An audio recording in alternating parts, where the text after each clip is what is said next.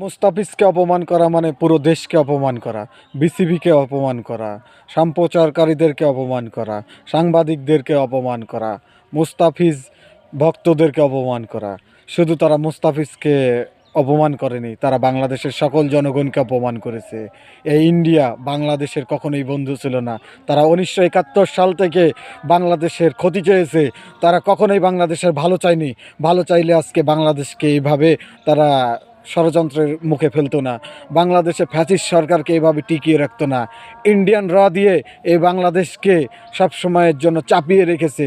এই বাংলাদেশকে কখনো সাহায্য ইন্ডিয়া করেনি। ইন্ডিয়ান একটা ইসলাম বিরোধী রাষ্ট্র। এই ইন্ডিয়ার সঙ্গে আমাদের কোনো বন্ধুত্ব থাকতে পারে না। এই ইন্ডিয়ার সাথে শুধু আমাদের মুসলমান ভাইদেরকে ছাড়া আমরা ইন্ডিয়ার সঙ্গে কোনো সম্পর্ক রাখতে চাই না, ইন্ডিয়ার সঙ্গে চলতে চাই না আমরা। ইন্ডিয়া একটা ইসলাম বিরোধী রাষ্ট্র।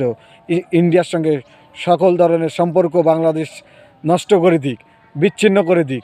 ইন্ডিয়ার সঙ্গে পার্শ্ববর্তী কোনো দেশের সম্পর্ক ভালো নাই। ইন্ডিয়ার সঙ্গে কোনো দেশ চলে না বাংলাদেশ ছাড়া। এই বাংলাদেশ কোনো খাতে কোনো ক্ষেত্রে যেন ইন্ডিয়ার সঙ্গে না চলতে পারে। ইন্ডিয়া ছাড়া গিয়ে আমরা চলতে পারবো না। ইন্ডিয়া নানানভাবে নানান বিতর্কের মাধ্যম দিয়ে বাংলাদেশকে বিপদে ফেলার চেষ্টা করছে। আজকে মুস্তাফিজের এই কাহিনী নিয়ে মুস্তাফিজকে তারা সুন্দরভাবে সিলেক্টেড করে আবার ক্যান্সেলেট করাইছে। আমাদের শাহরুখ খানকে নিয়ে আবার নানান ধরনের কটূক্তি করেছে। শাহরুখ খান মুসলমান বলে তাকে আবারও বলা হয়েছে মুস্তাফিজকে নেওয়ার জন্য। এই শাহরুখ খানকে তাদের দেশে থাকতে হলে তাদের পারমিশন, তাদের কথা শুনে থাকতে হবে।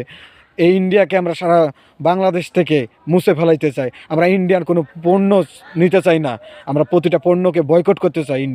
ইন্ডিয়ান একটা ইসলাম বিরোধী রাষ্ট্র, আমরা ইসলাম বিরোধী রাষ্ট্রের সাথে সম্পর্ক রাখতে চাই না।